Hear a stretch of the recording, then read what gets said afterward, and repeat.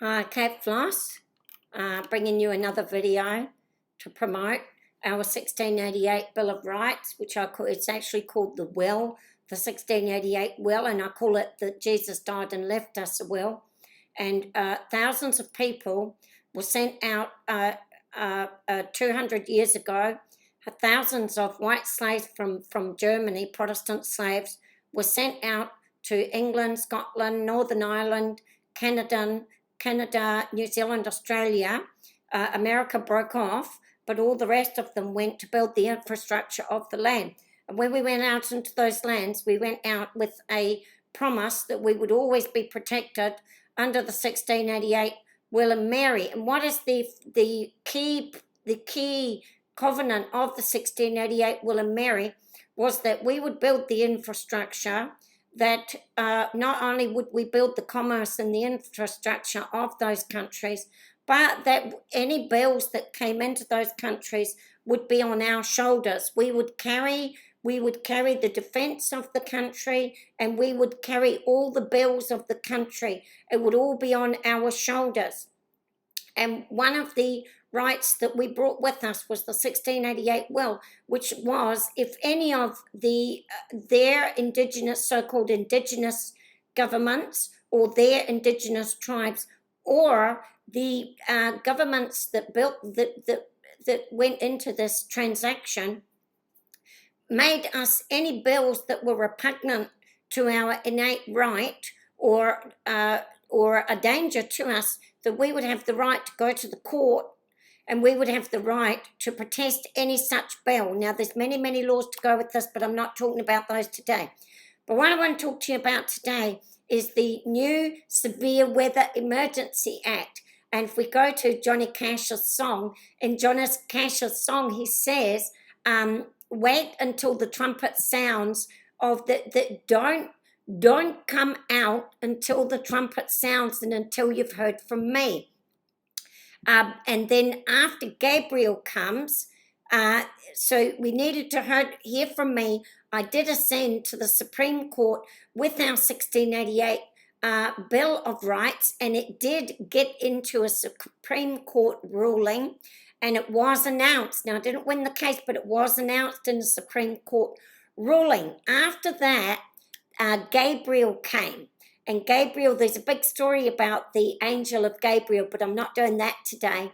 But anyway, after Gabriel came, then, because they'd already heard from me in the Supreme Court, Gabriel came, and then they put out this severe weather emergency recovery legislation.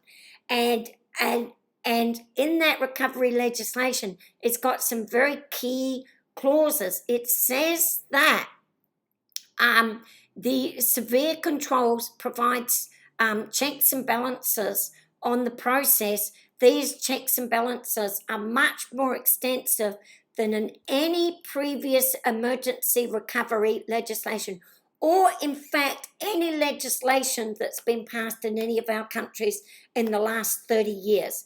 And for the first time, they've come in since our court hearings, and they've put restrictions on the Governor General, they've put restrictions on the ministers in Parliament, and they've put restrictions on these native tribes that have thought that they could just come in and rule us any old way they feel. And so they've been running rampant for 30 or 40 years, and for the first time they've been restricted. Now it says here in Section 7, Orders in Council, the Governor General may, by order in council made on the recommendation of the relevant minister, grant exemptions from, modify, extend any legislation or any provisions of the legislation referred to in Schedule 2. But this is a far-reaching law. It talks about Schedule 2, but it's got a lot of other implications. I'm not going into that today.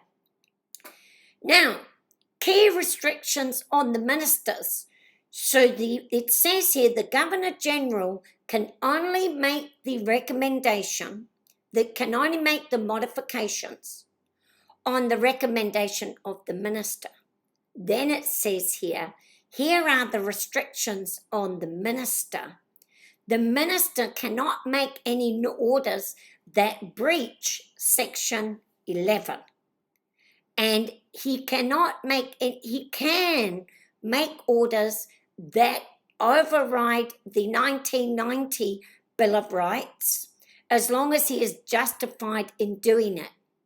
But here's the one that neither the Governor General nor any of the ministers nor any 1990 nor anybody can breach. And it says it right here in Section 11, the order must not grant exemption nor modify a requirement or restriction imposed by the Bill of Rights 1688. There you have it, folks. We have ascended to the heavenly realm.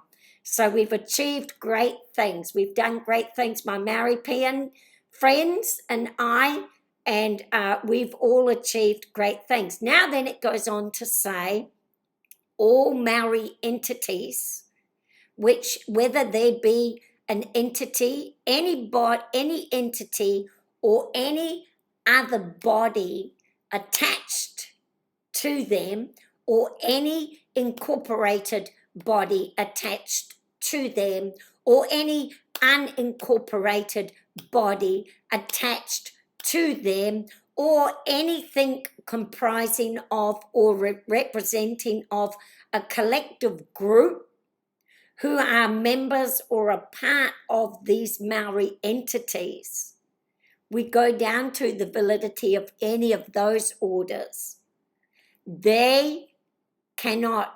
This section is subject to Section 11, where you can see that they cannot modify or change any restriction that is imposed by our Bill of Rights 1688. Now, our Maripians, I've named them Maripians because we have to separate. There are different groups. Not everybody's in. So I've called them Maripians, whom are all the people who have all of the New Zealand Maori people who have got a full and recognised ancestry back to the motherland and the fatherland. The fatherland being the great Germany, where all our laws come from Martin Luther and the Protestant Revolution, dating back to the motherland, which is England, Scotland and Ireland, and then Australia. So those are called Maripians. Now, all these other entities are not called Maripians. I call them the BlcknTans. And you'll see why I call them the BlcknTans as we move forward. Now, here, this is a person that has come out in protest. This is Dr. Claire Charters.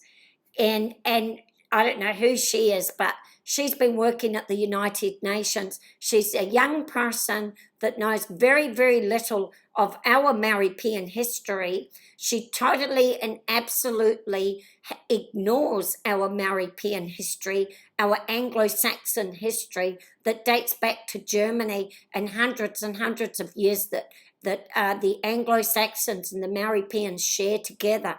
Now, she has protested. She says the government has announced and closed submissions on its amendment to the Severe Weather Emergency Recovery Bill, and these amendments added the 1688 Bill of Rights. Now, she says that is one of two laws that will affect the long recovery from Cyclone Gabriel. Now, the angel of Gabriel has come down, so Gabriel said, we don't want to hear your trumpet sound until you've heard from me. Well, they heard from Kate Floss when we ascended to the Heavenly Supreme Court, and we got our case put in, announced. The 1688 was announced by the Supreme Court in the NZLII by the Honourable Justice Alan France, announced our Supreme Law. And then after that, Cyclone Gabriel came. And then after that, they've started making these laws. Now, she wants it to be eliminated. She said the bill does not refer to Te Tiriti anywhere within its provisions. Well, it actually does down here in the Maori entity section. It actually does. It falls short of the Crown's obligation to upholding Tino Rangitiritanga set out in the Te Tiriti o Waitangi, which is not our Treaty of Waitangi. It's not our Treaty of Waitangi. The bill does not refer to Te Tiriti, nor does it specifically refer to whānau, hapu, and iwi. Now, this whānau, this hapu, and these iwi, a huge majority of them are not New Zealand-born people. They're not even New Zealand Maori. They are the relatives in the islands, in India, all around the world that have got a single relative that has bred into our New Zealand Maori, and they are claiming all sorts of laws and provisions that are repugnant to our 1688. So she is wrong. In fact, it says it here, the Maori entity can be any other body that is attached to them, whether incorporated or unincorporated, comprising or representing any collective group whose members are of these Maori entities. And they have all been put under the 1688 will of Jesus. Further, the bill's provisions do not meet the standards, clear charters of the raft. She says it right there. A raft of international agreements, from the UN Declaration of Rights of Indigenous People, the climate change agreements, the Indigenous peoples all around the world that enables Indigenous people to rule over our countries, tell our countries what they can and can't do, order that we get put into prison for 3 months for speaking against them, absolutely overrule any of the laws of our respective countries of England, Scotland, Ireland, Australia, New Zealand, Canada. These people want to rule and govern over us. And this emergency of weather recovery has said, hang on a minute. It said, hang on a minute, there are other people involved here. Millions and millions of Anglo-Saxon people, Maori-Pian people, Aborigine-Pian people, Inuit-Pian people, all of them who have deep, deep ancestries back to the fatherland of Germany in their Protestant, under their Protestant laws of Martin Luther, all the way back to the motherland of England, Scotland, Ireland. They've got huge ancestries. They have been pushed aside and shoved aside and eliminated from any of these talks. We have had no say. For decades upon decades, they have shut us down from any of these talks. And we're here to tell you, clear charters, that we're not going to stand for it anymore. So, there's a group of people. We call these people the BlcknTans. This is John Tamahiri. They've all been hiding. See, this guy here is Pini Hinari. This guy here is Willie Jackson, Nania Mahuta, and Kelvin Davis. Now, all of these people, I call them the BlcknTans. They've been hiding behind the Anglo-Saxons for decades and decades. They've been making laws in hidden rooms, in closed meetings where we have had, Maori-Pians have had no seat at the table. Anglo-Saxons have had no seat at the table. They've been making hundreds and hundreds of decisions about us and for us. And they've been signing us up to all sorts of international laws and binding us to all sorts of international entities that are forcing us to pay hundreds of millions of dollars in borrowed money for all of these entities to set up separate governances in our countries. And we are the Maori-Pians and the Anglo-Saxons of the ancient peoples of Tamati Wakanene, and Patu Oni of the Ngāpuhi tribe. Now, Ngāpuhi tribe is a huge, huge tribe.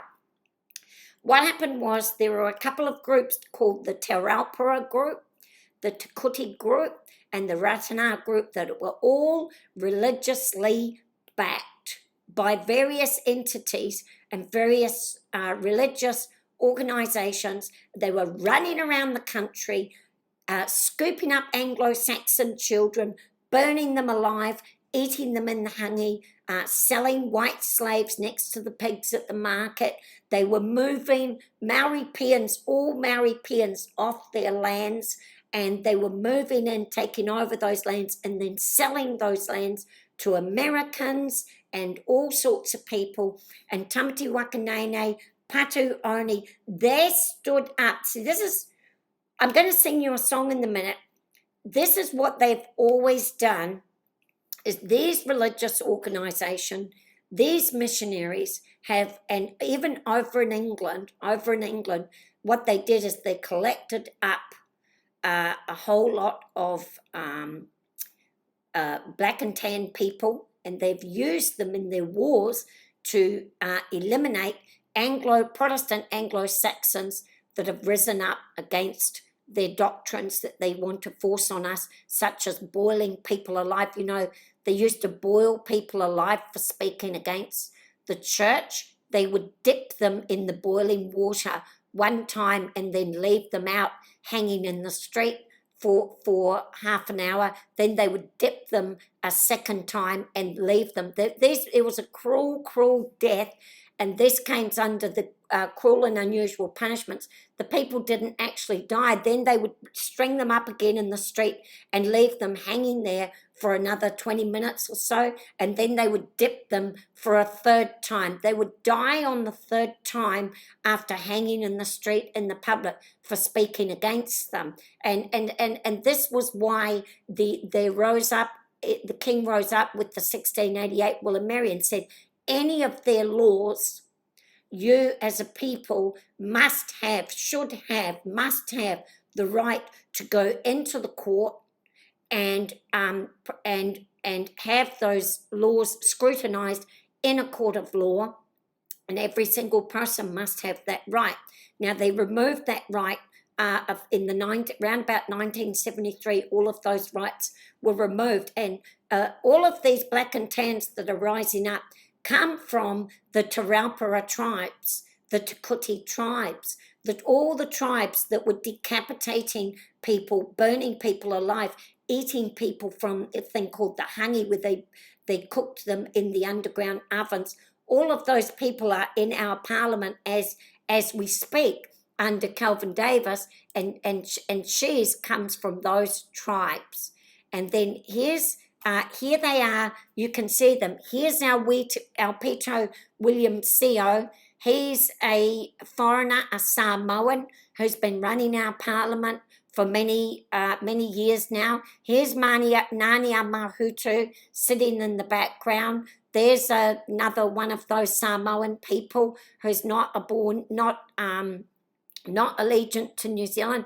There's Jacinda Ardern, and there's Willie Jackson, there's Kelvin Davis, and there is Penny Hanari. And he's running the military. Our Pito William Co has been running the courts. Nania Mahuta is running all sorts of things all across the region.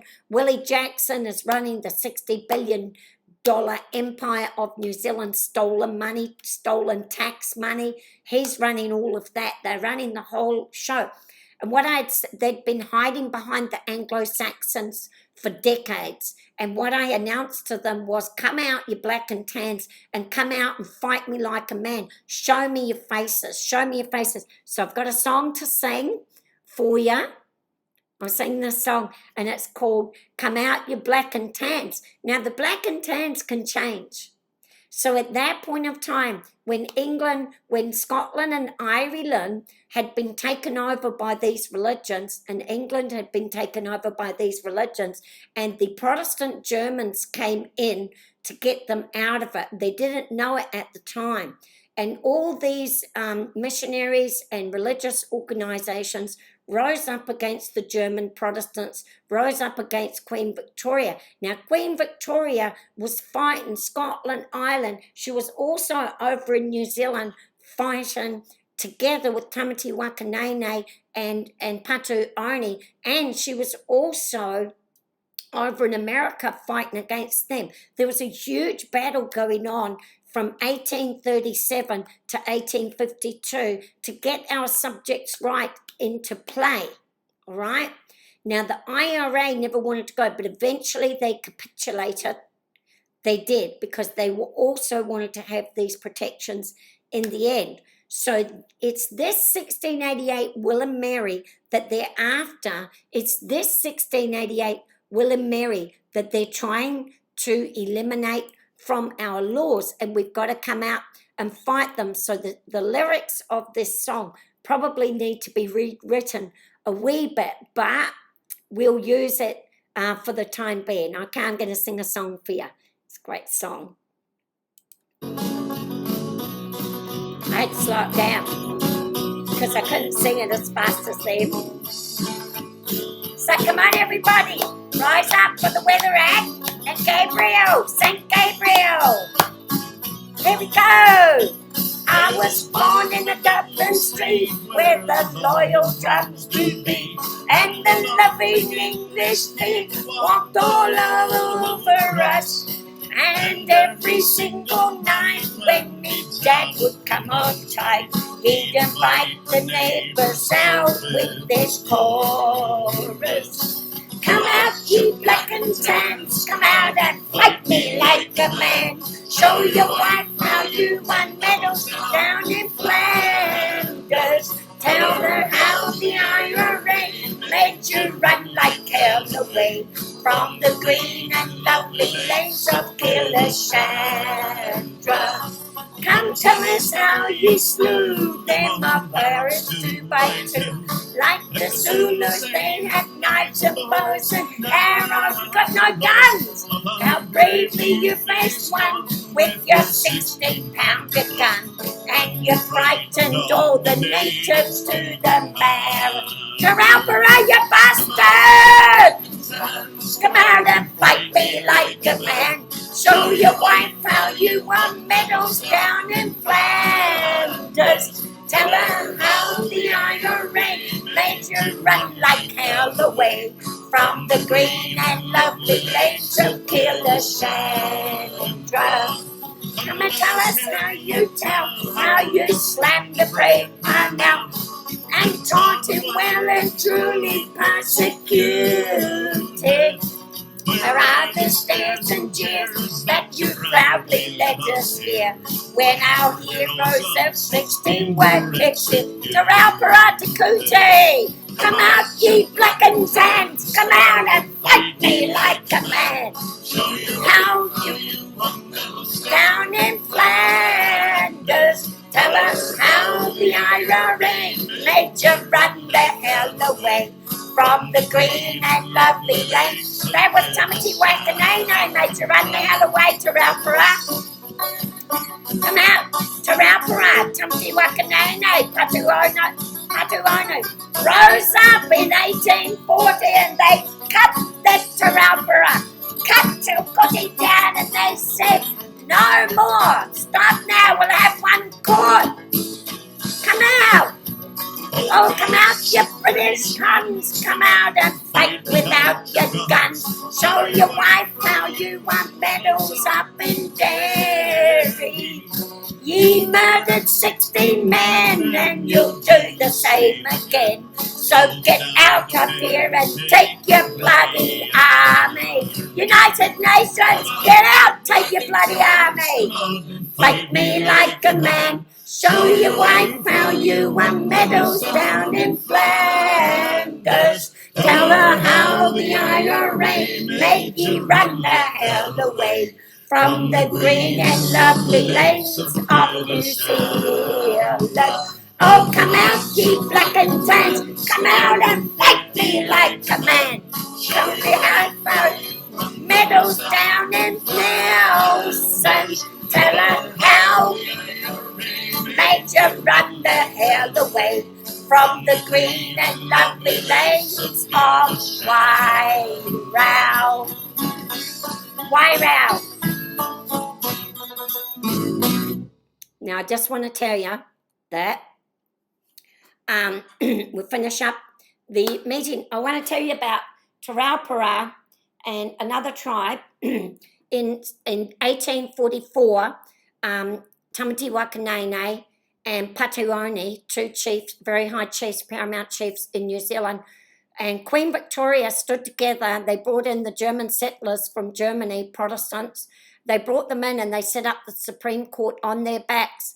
And when they arrived in New Zealand, they arrived in the Nelson area, a place called Nelson. And within the Nelson area is a place called Wairau. And their graves are all over Wairau. And I'm going to do another video about them. I won't do it today. But anyway, Te Raupara and his cronies went down there 3 days after the St. Pauli had arrived to set up peace in New Zealand and set up courts in New Zealand and give all of the Maori Paean slaves the right to go to the court and the right to own land and the right to be free. The German settlers came in to help them do that, and so did Queen Victoria. And Te Raupara, they arrived on June 14th, 1844. And on June 17th, 1844, Te Raupara and his cronies, no doubt the ancestors of Willie Jackson, of Claire Charters, of all of those, they turned up in Wairau and they slaughtered several of the settlers that were down there trying to set up schools and courts so that the Maori Paean people could be free and own land in their own right outside of their chiefs and their dictator rule that they were living under. And it was a horrific rule. They would just be sitting there in their slave enclosement doing the cooking, and one of the chiefs would just come along and bash them in the head with a mere and then say to the other Maori Paean slaves that were sitting with them, "There's dinner for tonight, put them in the oven." And they were cooked in the oven, and that's what they feasted on people. This is what was going on in New Zealand before the 1688 will and Mary, through the German settlers of 1844 who came into New Zealand to help all those people. And these same things were going on in England, Scotland and Ireland, where they were boiling people alive. They were putting women into dungeons, with no pants on, and chaining her hands, chaining her legs with her legs apart, and they were putting hungry rats into the dungeon, and they would eat through the wood. This is true. I'm not saying this to scare you, but this is what was going on in the world during those times. That the boiling alive was still used way up into the 1800s. It was still used. And these women were having their genitals eaten by the rats, and they died a long and slow death. And this was all because our 1688, previous to the 1688 Will and Mary, the common people were not allowed to go to the court. They had to go through the barons. They had to go through the priests. They had to go through the police. They had to go through someone. But when the 1688 Will and Mary came to power, they said, you can go directly to court. You don't need to go to the police. You don't need to go to baron. You get to go all by yourself. That's it for me today. 1688 Will and Mary support the Weather Act. See you later.